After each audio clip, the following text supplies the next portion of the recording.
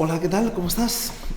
Vamos a continuar adelante con las reglas de discernimiento. En este caso, vamos a profundizar sobre unas reglas que quizás son menos conocidas, pero no por eso dejan de ser menos importantes en el proceso de los ejercicios y además que encajan muy bien con este momento del año en el que estamos, que es precisamente la Cuaresma, un momento de conversión, un momento de ordenar los afectos, un momento de atemperar la voluntad y también, como la Iglesia nos invita a hacer, pues incorporar el ayuno, y el ayuno como no solamente una medida estética, sino fundamentalmente una medida pedagógica que nos ayude a educar y a fortalecer nuestra propia libertad.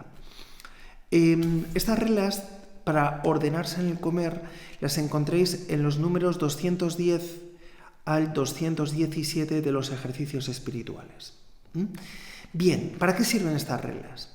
Lo primero, hay que decir que no es un cuadro ordenacionista ni un tratado de dietética, sino unas claves de discernimiento que San Ignacio lleva a algo tan cotidiano y al mismo tiempo tan fundamental como es el comer, pero que lo podríamos nosotros extender a otros ámbitos de nuestra vida que son susceptibles de desórdenes. Por lo tanto, son reglas de discernimiento. Por otro lado, dice el título, para ordenarse, es decir, un orden integral, y no solamente integral, que integra todos los aspectos de la vida, sino habitual de todas mis actividades, incluso, como os decía hace un momento, las más elementales, básicas y cotidianas, como es el comer. Según el principio, dice Ignacio, de subordinación al cuerpo, tanto debemos querer y amar cuanto obedece y ayuda al ánima, y ella, con la tal ayuda y obediencia, se dispone más al servicio y alabanza de nuestro Creador y Señor. ¿De acuerdo? Por lo tanto, es el cuerpo el que debe obedecer al alma, no el alma al cuerpo. ¿De acuerdo? Por ese principio de subordinación. En el comer. ¿Por qué en el comer? Pues San Ignacio que no da puntada sin hilo, porque es una actividad necesaria y al mismo tiempo gustosa, por lo menos los que somos de cultura mediterránea, pero yo creo que al otro lado también del charco, ¿no? Con los buenos asaditos uruguayos y argentinos, ¿no? O la buena pasta frola, ¿no? Pero aquí también podemos decir que nuestra cocina mediterránea pues nos lleva muchas veces a desordenar el apetito, ¿no? Es una actividad, el comer, necesaria pero al mismo tiempo gustosa. Y por lo primero, no se puede ignorar, porque necesitamos comer para vivir, pero no la podemos ignorar o suprimir. Pero por lo segundo, encierra siempre un peligro al desorden. Es decir, no queda más remedio que ordenarse en ella, sobre todo cuando te gusta comer y cuando la comida está rica, ¿no? Entonces, el modo de comer y beber, dice Ignacio, así como el uso de la palabra, lo podemos llevar a otros aspectos donde tendemos a desordenarnos, son muy reveladores de ese grado de autodominio de uno mismo, ese nivel de libertad, de autodeterminación. Hemos dicho ya varias veces que una persona tiene sobre sí mismo. Por eso que este discernimiento se puede ampliar al consumo de otras actividades, en cierta medida necesarias, pero en las que nos podemos desordenar. Comer no es la única, puede ser dormir, puede ser hacer deporte, puede ser los viajes, puede ser el descanso, puede ser el uso de los mass media, de las redes sociales, de la telefonía móvil, pueden ser los ritmos de vida. Y San Ignacio en este título dirá, y para adelante. ¿Qué significa para adelante? Que se supone que ya se ha hecho la elección. Se supone que ya se ha hecho la elección. ¿Qué quiere decir esto? Que estas reglas afectan al estilo de vida en su conjunto, en coherencia con el propio proyecto de vida. Mirad, hay desórdenes importantes en estos campos que he citado que pueden llegar a invalidar la elección. He conocido personas que habían elegido bien un estado de vida, pero por no poner orden en estas dimensiones se ha arruinado su propia vocación. Porque su vocación fuera falsa o se hubieran equivocado en la elección. No. estaba bien hecha la elección. Lo que pasa que no tenían libertad suficiente como para corregir estos excesos o estos desórdenes en los ámbitos a los que me estaba refiriendo y han frustrado la elección, la han llevado a la ruina. Por tanto, son reglas muy importantes. ¿Cuál es la estructura de estas reglas? Yo te invito a que las leas. Insisto, están entre los números 210 y 217. Yo no me detengo a leerlas porque nos tiraríamos todo el día. Y no es el momento, ni es el caso. La estructura de las reglas. Hay un polo objetivo de estas reglas y un polo que lo podríamos llamar subjetivo. El polo objetivo está formado por las cuatro primeras reglas, es decir, discernimiento desde la cosa misma. Es decir, San Ignacio en la primera regla habla que, por ejemplo, acerca del pan uno no se suele desordenar tanto. Bueno, yo no sé cómo sería el pan en la época, en el siglo XVI, el que vive San Ignacio. Lo que sé es que el pan, por lo menos tal como lo hacemos aquí, sí está sujeto a desorden, porque está riquísimo, ¿no? Y hay muchos tipos de pan. Pero entendámonos, aquí ¿qué es lo importante rescatar? Que lo vulgar ofrece menos peligros. Lo vulgar ofrece menos peligros para desordenarse. Está clarísimo, ¿verdad? Bueno, ¿cuál es la segunda regla? Que lo apetecible está más sujeto al desorden. Pues lógicamente. Para una persona que le gustan mucho los asaditos argentinos y no tanto la pasta, el que le pongas unos fideos, pues esta va a ser más sujeto al desorden que si le pones una buena carne a la parrilla.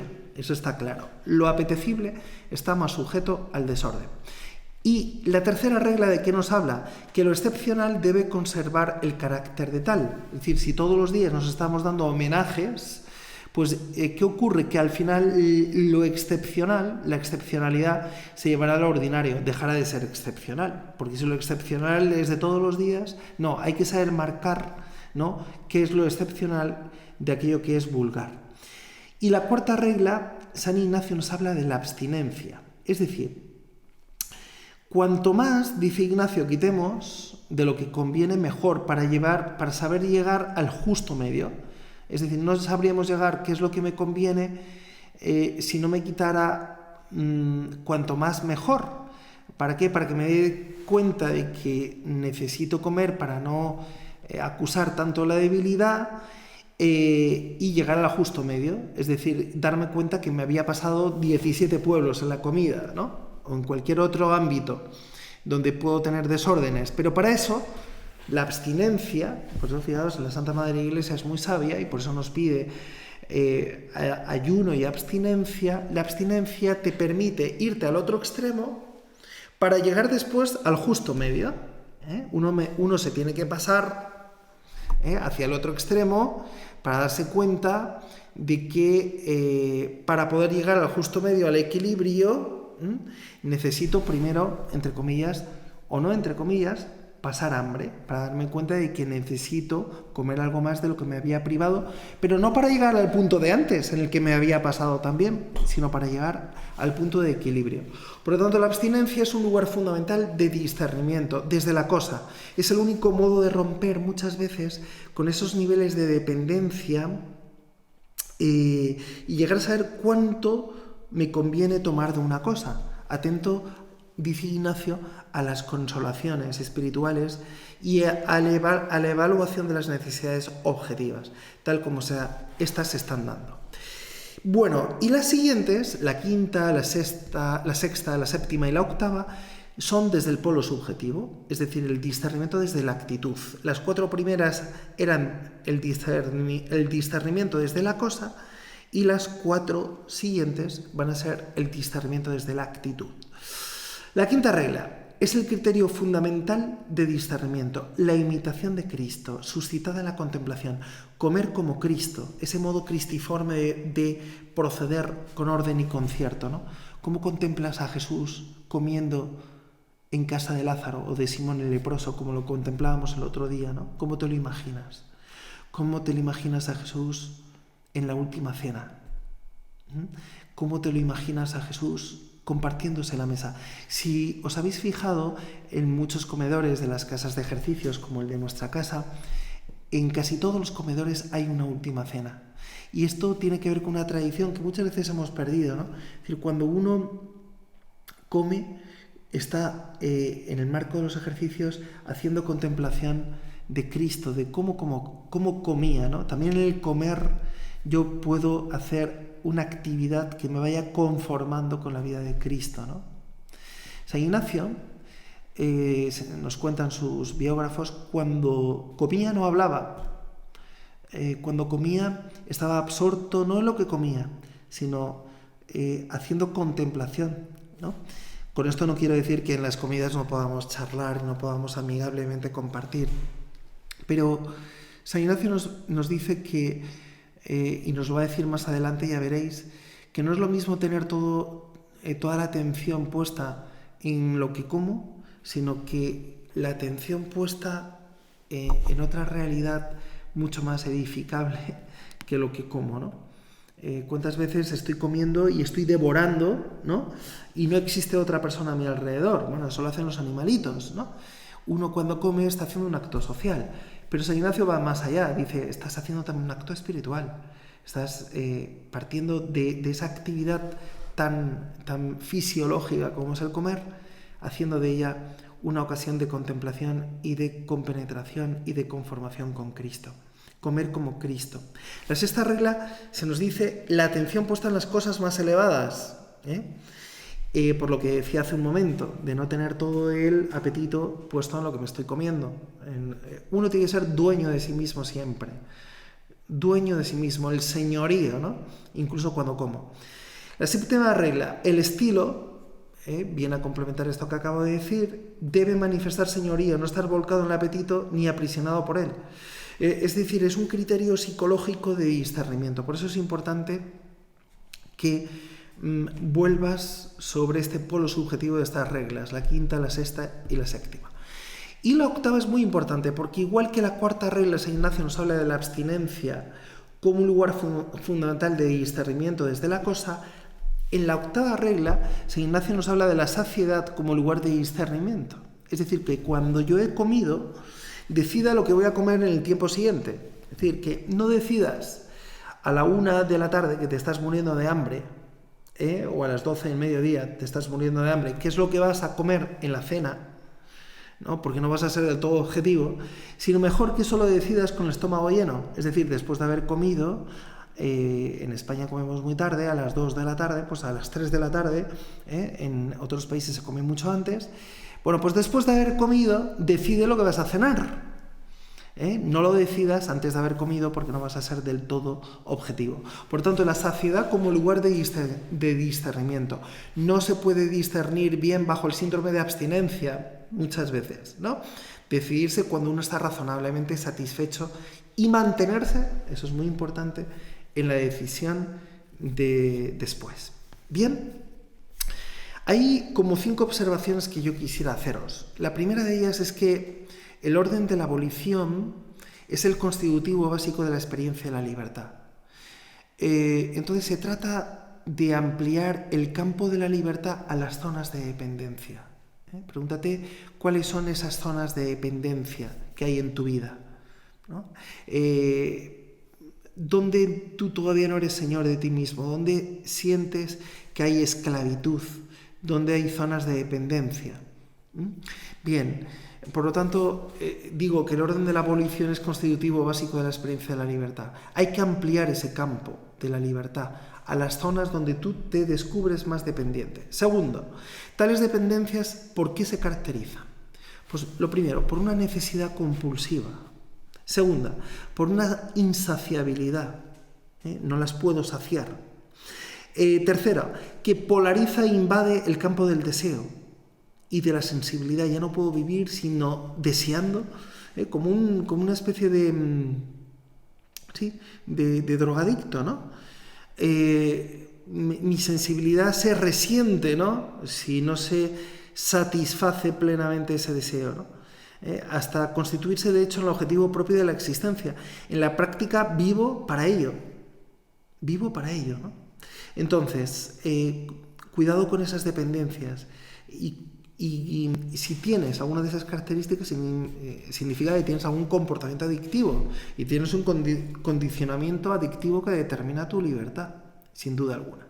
Tercera, la alegría, que es la respuesta de Dios al actuar según su voluntad. Y eso es mucho más gratificante e integrador que la satisfacción de un apetito compulsivo.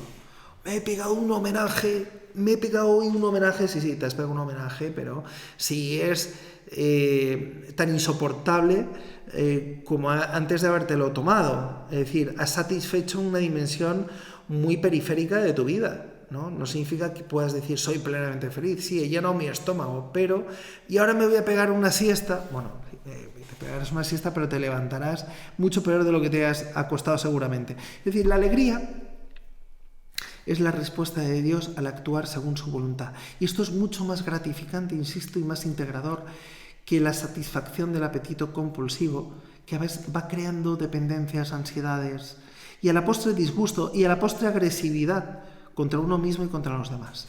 Cuarto punto, es necesaria la disciplina. La disciplina como pedagogía de la libertad, porque sin ella el hombre es devorado por el imperio de sus apetitos autónomos, que cada uno va por un lado, y de sus caprichos. Además, queda inerme ante la ambivalencia de los estímulos externos y hace incapaz de afrontar cualquier tipo de frustración apetencial. Cuando no tengo eso que yo necesito, entonces la monto, entonces me pongo mal con todo el mundo, ¿no? No, es necesaria la disciplina como pedagogía de la libertad. Por eso vivimos un mundo en el que se tiene tan poca tolerancia a la frustración. Vivimos un mundo caprichoso, en un mundo donde hemos hecho del capricho necesidad, ¿no? Y es importante la disciplina, fundamental. Y quinto punto, y con esto termino. Para todo hombre, y más si cabe para un cristiano, es muy importante preguntarse cuáles son de hecho las fuentes de las propias satisfacciones. Es decir, un cristiano encuentra sus gustos principalmente en la ayuda que presta, en el servicio que presta. Lo ha recordado el Papa, por ejemplo, hoy, en la homilía del Jueves Santo, en la misa crismal, en la misión que realiza, por ejemplo, en la oración, en la liturgia. Estos días que vamos a tener liturgias tan bonitas, aunque tan atípicas debido a este momento de confinamiento del coronavirus, ¿no? En la comunicación de corazón a corazón, para los que vivimos una vida comunitaria, en la vida de comunidad, para los que vivís una vida de familia, en la familia, en la contemplación de tantas cosas bellas que el Señor nos pone gratuitamente delante de los ojos. Pregúntate dónde está la fuente de tus propias satisfacciones, ¿no? Pregúntatelo, ¿dónde las tienes? ¿No? ¿Vale? Para que esas fuentes no se conviertan en cisternas agrietadas, incapaces de contener las aguas, como dice el profeta Jeremías, que esas fuentes no den aguas saladas, sino aguas dulces. Gloria al Padre, al Hijo y al Espíritu Santo, como era en el principio, ahora y siempre, por los siglos de los siglos. Amén.